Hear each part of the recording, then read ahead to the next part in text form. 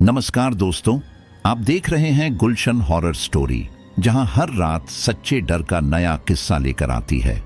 आज हम लेकर आए हैं एक ऐसी रहस्यमयी और डरावनी कहानी जिसमें एक डायन अग्निकुंड के पास बैठकर तपस्या कर रही है और अपनी शक्तियां और भी प्रचंड बनाने के लिए उसने हाथ मिला लिया है एक अघोरी बाबा से। तो क्या होगा जब यह दोनों काली शक्तियां मिलकर अनुष्ठान करेंगे? कैसा प्रलय उठेगा श्मशान की रात में? यह जानेंगे इस पूरी सीरीज में।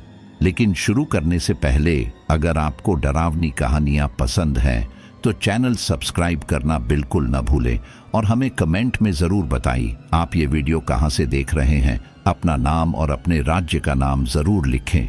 तो चलिए दोस्तों, कहानी की शुरुआत करते हैं। रात का समय था। आसमान पर काली घटाएं छाई हुई थीं। चांद की रोशनी कहीं बादलों में गुम थी। गांव के किनारे फैला हुआ श्मशान घाट उस रात और भी भयावह लग रहा था। चारों ओर फैली हुई खामोशी बीच बीच में किसी उल्लू की आवाज और हवा के झोंकों से टूट जाती थी। पुरानी चिताओं की राख अभी भी जमीन पर बिखरी थी और हवा में जलते हुए शरीर की बू जैसी गंध तैर रही थी। लोग कहते थे कि इस श्मशान में एक ऐसा अग्निकुंड है जिसकी ज्वाला कभी बुझती नहीं। चाहे बारिश हो या आंधी, उसकी आग हमेशा जलती रहती है। गांव वालों ने कई बार इसे देखने की कोशिश की थी, लेकिन जो भी वहां गया वह या तो लौटकर नहीं आया या फिर लौटकर भी पागल हो गया। गांव में बुजुर्ग औरतें बच्चों को डराकर समझाती, सूरज ढलने के बाद उस तरफ मत जाना, वहां वो बैठी रहती है। लेकिन कोई भी साफ साफ ये नहीं बता पाता था कि वो कौन है। बस इतना सुना जाता था कि आधी रात को अग्निकुंड के चारों ओर किसी औरत की धीमी हंसी गूंजती है। कभी हवा के साथ कोई गीत जैसा सुर सुनाई देता और कभी अचानक चीख जिससे पूरे गांव का खून जम जाए। गांव वालों ने मान लिया था कि उस जगह कोई साधारण आत्मा नहीं बल्कि एक डायन निवास करती है। उस डायन की चर्चा हर घर में होती थी। कहते हैं उसने अपनी जवानी में ही तंत्र मंत्र सीखना शुरू कर दिया था और जब गांव के लोगों ने उसे रोकने की कोशिश की तो वह सबको श्राप देकर जंगल और श्मशान के बीच गायब हो गई। तब से लेकर आज तक उसका नाम जुबान पर लेने से भी लोग कतराते थे। कई बार दूर से गुजरते राहगीरों ने देखा था कि रात के अंधेरे में अग्निकुंड के पास एक औरत बैठी है। उसके बाल जमीन पर बिखरे रहते, आंखें लाल लाल अंगारों जैसी चमकती और हाथ में हड्डियां लेकर वह कुछ मंत्र जपती रहती। श्मशान घाट का माहौल हर रात बदल जाता था। हवा में अचानक राख उड़ने लगती, पेड़ों पर बैठे कौए पंख फड़फड़ाकर चीखने लगते और कभी कभी तो जमीन अपने आप हिलने लगती। लोग कहते थे कि यह सब उस डायन की तपस्या की वजह से है। उसकी साधना अब साधारण नहीं रही थी। वह किसी बड़ी शक्ति को पाने की कोशिश कर रही थी और इसके लिए उसने श्मशान घाट को अपना घर बना लिया था। गांव के लोग दूर से उस जगह को देखकर ही कांप उठते। कहानी की शुरुआत यहीं से होती है, एक ऐसे श्मशान से जहां अग्निकुंड की आग अनगिनत सालों से जल रही थी और जहां एक डायन बैठकर अनोखी साधना कर रही थी। लेकिन उस रात कुछ ऐसा होने वाला था जिससे पूरा गांव हमेशा के लिए बदल जाएगा। उस रात श्मशान घाट पर अजीब सन्नाटा छाया हुआ था। हवा भारी लग रही थी, जैसे उसमें कोई अदृश्य बोझ टंगा हो। राख से सनी जमीन पर चलते हुए हर कदम से खड़क की आवाज होती, मानो वह भी चेतावनी दे रही हो कि यहाँ इंसानों का आना मना है। अचानक कहीं दूर से कुत्तों के हुआ हुआ करने की आवाज आई और उसके तुरंत बाद अग्निकुंड की लपटें तेज हो गईं। ऐसा लगा जैसे किसी ने आग में घी डाल दिया हो, जबकि वहां इंसान तो कोई था ही नहीं। धीरे धीरे उस अग्निकुंड के पास एक परछाई उभरने लगी। पहले सिर्फ धुंध का एक गुब्बार दिखाई दिया, फिर उसमें से किसी औरत की आकृति आकार लेने लगी। उसके लंबे काले बाल जमीन तक लटक रहे थे और जब वह सिर उठाकर खड़ी हुई तो उसकी आंखें लाल अंगारों जैसी चमक रही थीं। उसका चेहरा आधा छाया में था, लेकिन झुर्रियों और नुकीले दांत साफ दिख रहे थे। उसके होठों से एक धीमा मंत्र फूट रहा था जो हर बीतते क्षण के साथ और भयानक होता जा रहा था। वह औरत धीरे धीरे अग्निकुंड के चारों ओर घूमने लगी। उसके पांव जमीन को छू भी नहीं रहे थे, जैसे हवा में तैर रही हो। उसके हाथों में किसी बच्चे की हड्डियां थीं, जिन्हें वह एक एक करके अग्नि में डाल रही थी। जैसे ही हड्डियां आग में गिरती, अग्निकुंड से अजीब सी चीख निकलती, मानो कोई आत्मा दर्द से तड़प रही हो। पूरा श्मशान उन आवाजों से गूंज उठा। पेड़ों पर बैठे कौए डर कर उड़ गए और कुत्तों की हुआ अचानक बंद हो गई। गांव के दो युवक जो साहस करके उस श्मशान को दूर से देख रहे थे, यह दृश्य देखकर कांप उठे। उनकी आंखों के सामने वह डायन पूरी तरह से प्रकट हो चुकी थी। उसकी आवाज और भी ऊंची हो गई।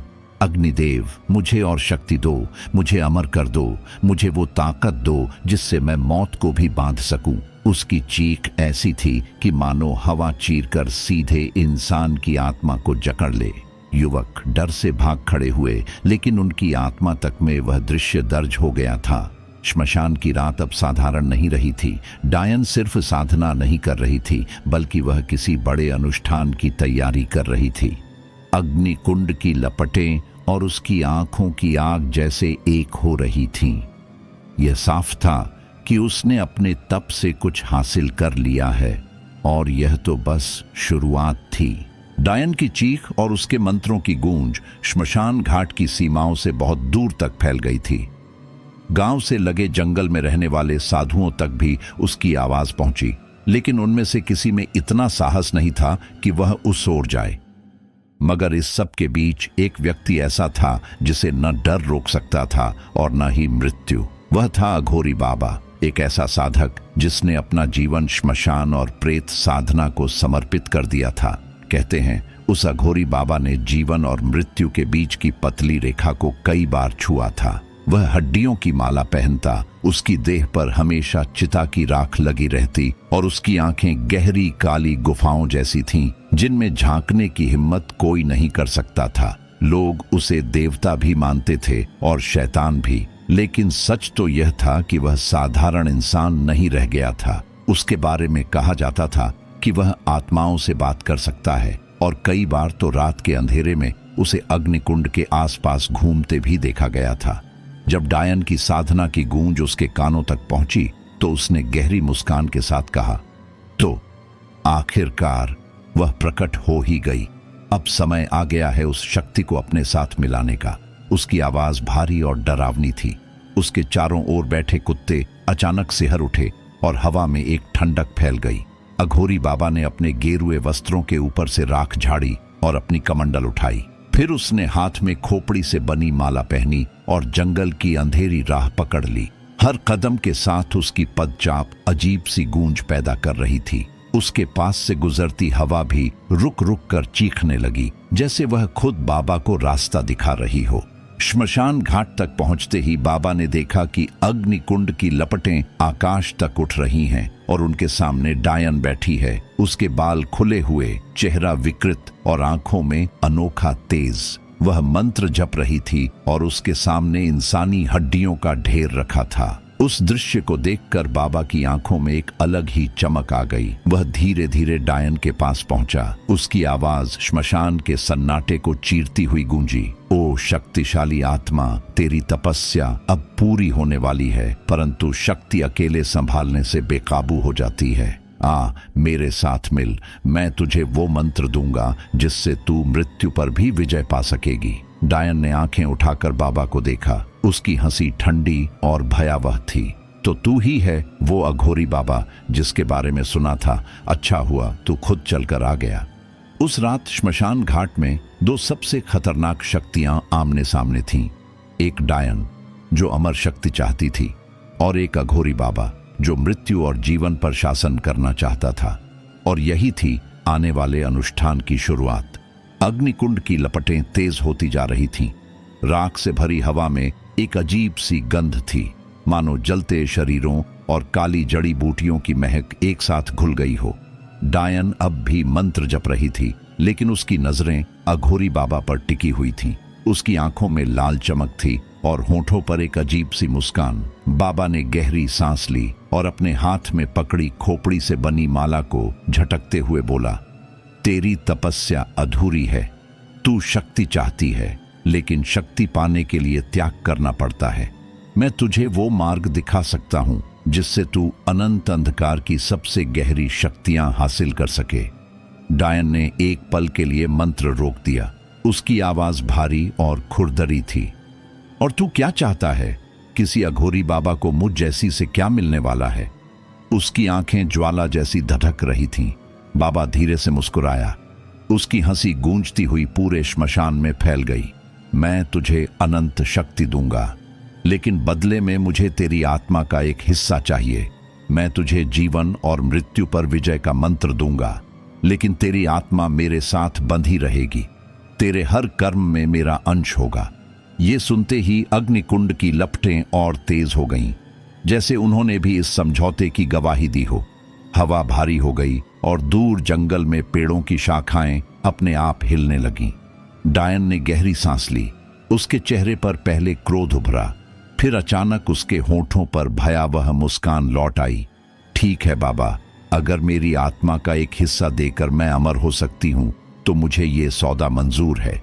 मैं हमेशा से डर और मौत पर राज करना चाहती थी। अगर तुझे मेरी आत्मा चाहिए तो ले ले, लेकिन मुझे वो शक्ति दे दे जिससे मैं पूरी दुनिया को अपनी मुट्ठी में कर सकूं। अघोरी बाबा ने अपनी कमंडल से राख निकाली और डायन के माथे पर लगा दी। राख लगते ही उसकी आंखें और ज्यादा लाल हो गईं। अग्निकुंड से एक तेज शोर उठा, जैसे हजारों आत्माएं चीख रही हों। बाबा ने धीमे स्वर में कहा, अब से तू अकेली नहीं रही। तेरी आत्मा का हिस्सा मेरे साथ बंध चुका है, और आज रात से हम दोनों मिलकर ऐसा अनुष्ठान करेंगे जिससे इस धरती पर कोई हमें रोक नहीं पाएगा। डायन ने सिर झुका लिया और अग्निकुंड की लपटों में अपनी हड्डियों की थैली डाल दी। लपटें नीली हो गईं और उस नीली अग्नि की रोशनी में बाबा और डायन की परछाइयां इतनी विकृत हो गईं कि लगता था मानो धरती पर दो इंसान नहीं बल्कि दो दानव खड़े हों। उस रात श्मशान घाट में एक ऐसा समझौता हुआ जिसने आने वाले समय की हर रात को और भी भयानक बना दिया। रात गहरी हो चुकी थी। चांद बादलों के पीछे छिपा था और श्मशान की राख से भरी हवा और भी भारी लग रही थी। अघोरी बाबा और डायन दोनों ने अपने समझौते के बाद अग्निकुंड के चारों ओर एक नया मंडल बनाने की शुरुआत की। बाबा ने मानव खोपड़ियों को 4 दिशाओं में रखा और हर खोपड़ी की आंखों में तेल डालकर दिए जलाए। उन दियों की लौ सामान्य नहीं थी। वे हरे और नीले रंग की लपटें छोड़ रही थीं, जिनसे अंधेरे में अजीब आकृतियां उभरने लगीं। डायन ने अपने लंबे बाल जमीन पर फैला दिए और हड्डियों की थैली खोल दी। उसमें से उसने बच्चों की पसलियां, उंगलियों की हड्डियां और किसी जानवर की खोपड़ी निकाली। धीरे धीरे वह उन्हें अग्निकुंड के चारों ओर सजाने लगी। हर बार जब वह एक हड्डी रखती तो आग की लपटें और ऊंची उठती, मानो अग्नि खुद इस अनुष्ठान में शामिल हो रही हो। अघोरी बाबा ने अपने गले से हड्डियों की माला उतारी और एक एक करके मंत्र जपते हुए उस माला को कुंड के ऊपर घुमाने लगा। उसकी आवाज इतनी गहरी थी कि लगता था धरती तक कांप रही है। अचानक चारों दिशाओं से कौए इकट्ठे होकर श्मशान के पेड़ों पर बैठ गए। उनकी कर्कश आवाजें वातावरण को और भी भयावह बना रही थीं। धीरे धीरे मंडल पूरा हो गया। जमीन पर बाबा ने लाल और काले रंग के मिश्रण से तांत्रिक चिन्ह बनाए। उन चिन्हों से धुआं उठने लगा और उनमें से अजीब सी गंध फैल गई। उस गंध से आसपास की हवा इतनी भारी हो गई कि किसी साधारण इंसान का वहां सांस लेना भी मुश्किल हो जाता। डायन ने अग्निकुंड के सामने बैठकर अपनी आंखें बंद कीं और एक लंबा मंत्र जपना शुरू किया। उसकी आवाज धीमे से तेज होती गई और हर शब्द के साथ चारों ओर की आत्माएं जैसे जाग उठीं। अचानक पेड़ों की डालियां अपने आप हिलने लगीं, जमीन से राख उड़ने लगी और श्मशान घाट की चुप्पी टूटकर भयावह चीखों में बदल गई। अघोरी बाबा ने कमंडल से लाल तरल निकाला और अग्नि में डाल दिया। जैसे ही वह तरल अग्नि में गिरा, आग का रंग पूरी तरह काला हो गया। काली लपटें आसमान तक उठीं और उनमें से आकृतियां बनने लगीं। चेहरों के धुंधले साए, हाथ पैर फैलाए प्रेत और कराहती आत्माएं। बाबा मुस्कुराया और बोला, अनुष्ठान शुरू हो चुका है, अब कोई इसे रोक नहीं सकता। श्मशान घाट अब एक साधारण जगह नहीं रह गया था। वह एक ऐसा द्वार बन चुका था जो किसी अज्ञात और भयावह शक्ति की ओर खुलने वाला था। और यह सब तैयारी थी उस रात के लिए जब डायन और अघोरी बाबा मिलकर सबसे बड़ी काली साधना करने वाले थे। रात का तीसरा पहर था। चारों ओर गहरा अंधकार छा चुका था और श्मशान की हवा में जलती हड्डियों की गंध तैर रही थी। अग्निकुंड अब पूरी तरह काला हो चुका था। उसकी लपटें साधारण आग की तरह नहीं बल्कि किसी जीवित दैत्य की तरह फुफकार रही थी। डायन और अघोरी बाबा आमने सामने बैठे थे। उनके बीच वह मंडल था जिसमें हड्डियां, खोपड़ियां और रक्त से बने तांत्रिक चिन्ह चमक रहे थे। हवा में एक अजीब सी गूंज थी, मानो धरती खुद उनके मंत्रों को सुन रही हो। डायन ने अपनी आंखें बंद की और गहरी आवाज में मंत्र जपना शुरू किया। उसकी आवाज धीरे धीरे इतनी तेज हो गई कि लगता था पूरा श्मशान उसी की गूंज से भर गया हो। उसके बाल हवा में लहराने लगे और उसके शरीर से धुएं की लपटें उठने लगीं। जैसे जैसे उसका जप आगे बढ़ा, अग्निकुंड की लपटें नीली और बैंगनी रंग में बदलती गईं। उसमें से कभी हाथ निकलते, कभी चेहरों की आकृतियां बनती और चीखों की आवाजें चारों ओर गूंज उठती। अघोरी बाबा भी मंत्रोच्चारण करने लगा। उसकी आवाज गहरी और भयानक थी। उसने अपनी खोपड़ी वाली माला उठाई और उसे मंडल के ऊपर घुमाने लगा। अचानक हवा का रुख बदल गया। तेज आंधी उठी और पेड़ों की डालियां टूटने लगीं। आसमान में कौए गोल गोल उड़ने लगे। उनकी कर्कश आवाजें वातावरण को और भी भयावह बना रही थीं। ऐसा लग रहा था मानो पूरा प्रकृति इस साधना का हिस्सा बन गई हो। बाबा ने कमंडल से गाढ़ा लाल तरल निकाला और अग्निकुंड में डाल दिया। जैसे ही वह गिरा, आग से एक विशाल काला धुआं निकला। उस धुएं में विकृत चेहरों और झूलती हुई जीभों वाली परछाइयां नजर आने लगीं। वे प्रेतात्माएं थीं जिन्हें बाबा और डायन अपनी साधना के लिए बुला रहे थे। वे आत्माएं कराह रही थीं, चीख रही थीं, लेकिन अग्निकुंड की ओर खींची चली आ रही थी। डायन ने अचानक अपनी आंखें खोली। उसकी आंखें अब पूरी तरह से काली हो चुकी थीं। उसने अपने हाथ फैलाए और जोर से चिल्लाई, मुझे अपनी शक्ति दो, अपनी पीड़ा मुझे सौंपो। मैं तुम्हारी यातना को अपने भीतर समा लूंगी और अमर हो जाऊंगी। जैसे ही उसके शब्द पूरे हुए, अग्निकुंड से एक काली लपट निकली और सीधी डायन के सीने में समा गई। वह जोर से कांप उठी। उसका शरीर जमीन से ऊपर उठ गया और उसकी चीख श्मशान की चुप्पी को चीरती हुई गूंजने लगी। अघोरी बाबा मुस्कुराया। उसकी आंखों में संतोष था, लेकिन गहराई में कहीं एक डर भी, क्योंकि वह जानता था कि जिस शक्ति को उन्होंने जगाया है उसे काबू में रखना आसान नहीं होगा। उस रात श्मशान घाट काली साधना का अखाड़ा बन चुका था, जहां आत्माओं का बलिदान हो रहा था और दो दानवी साधक अपने उद्देश्य की ओर एक एक कदम बढ़ रहे थे। काली साधना अपने चरम पर थी। अग्निकुंड से उठती नीली और काली लपटें अब आकाश को चीरती हुई ऊपर जा रही थीं। उस प्रकाश में श्मशान का हर कोना विचित्र और भयावह लग रहा था। अचानक जमीन कांपने लगी, जैसे धरती खुद इस साधना से डर रही हो। पेड़ों की डालियां अपने आप टूटकर गिर रही थीं और आसमान में उड़ते कौओं की चीखों से वातावरण और भी सिहर उठा।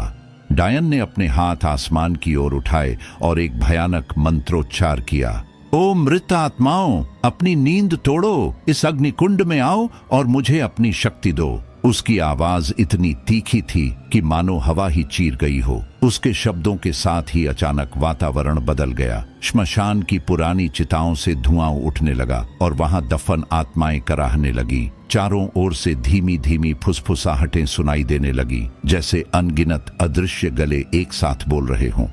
धीरे धीरे उन फुसफुसाहटों ने रूप लेना शुरू किया। धुंध के गुब्बार से अजीब अजीब आकृतियां बाहर आने लगी।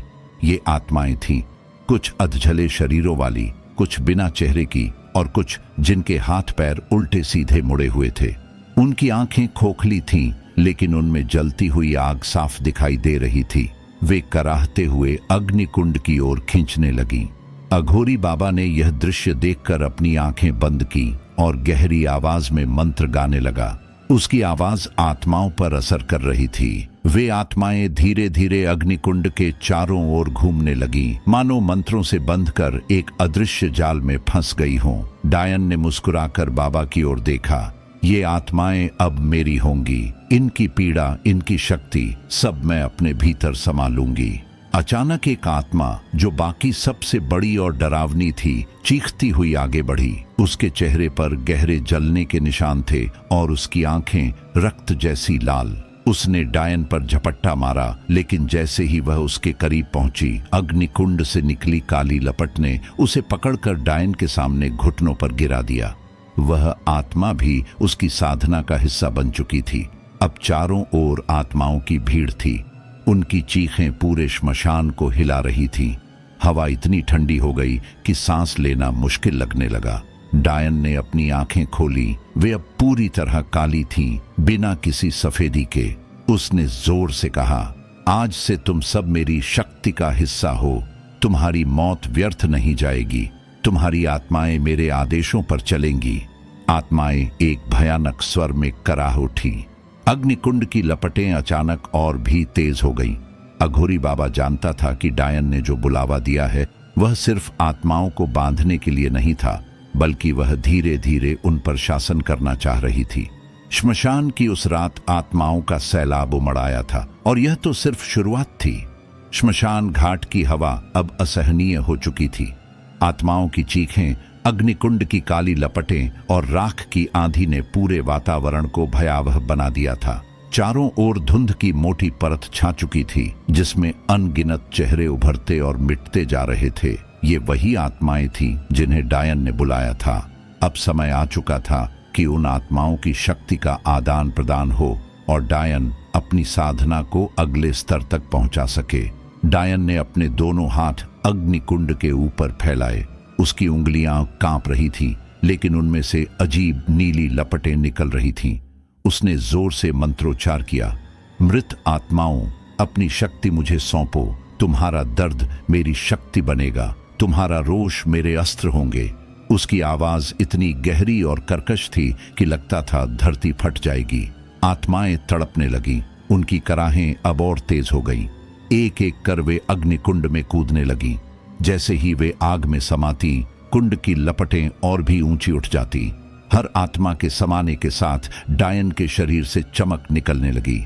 उसके चेहरे की नसें नीली पड़ गईं, आंखें और गहरी काली हो गईं और उसकी आवाज और भी भयानक होती गई। अघोरी बाबा मंत्र पढ़ते हुए इस पूरी प्रक्रिया को नियंत्रित कर रहा था। उसने अपनी खोपड़ी से बने पात्र में रक्त भरा और हर बार जब एक आत्मा कुंड में समाती, वह उस रक्त को जमीन पर बने मंडल में डालता। मंडल से अजीब रोशनी निकलती और ऐसा लगता जैसे धरती भी इस शक्ति के आदान प्रदान को स्वीकार कर रही हो। धीरे धीरे डायन का शरीर बदलने लगा। उसके हाथ पांव लंबे हो गए। उसकी उंगलियों से नुकीले नाखून बाहर निकल आए। उसकी पीठ से धुएं जैसी छायाएं निकलने लगीं, जो कभी पंखों की तरह फैलती तो कभी लहराती हुई सर्पों की तरह दिखाई देती। उसकी आवाज अब इंसानी नहीं रही थी, वह गूंजती हुई गर्जना थी जो श्मशान के हर कोने में गूंज उठी। लेकिन यह आदान प्रदान आसान नहीं था। आत्माओं की शक्ति भारी थी और उनका क्रोध और भी बढ़ा। कुछ आत्माएं डायन के शरीर में समाने से इनकार करने लगी। वे उसकी पकड़ से छूटकर चारों ओर हिंसक रूप में घूमने लगी। एक आत्मा ने तो अघोरी बाबा पर हमला करने की कोशिश भी की, लेकिन बाबा ने तुरंत राख उठाकर मंत्र फूंका और उस आत्मा को वापस अग्निकुंड में धकेल दिया। डायन चीखी, रोकना मत बाबा, मुझे उनकी सारी शक्ति चाहिए। चाहे वे चीखें, चाहे तड़पें, आज वे सब मेरी होंगी। उसकी चीख के साथ अग्निकुंड की लपटें इतनी ऊंची उठी कि मानो आसमान तक पहुंच गईं। आसमान का चांद भी धुंध में ढक गया। पूरा श्मशान अब एक युद्ध भूमि जैसा था, जहां आत्माएं संघर्ष कर रही थीं।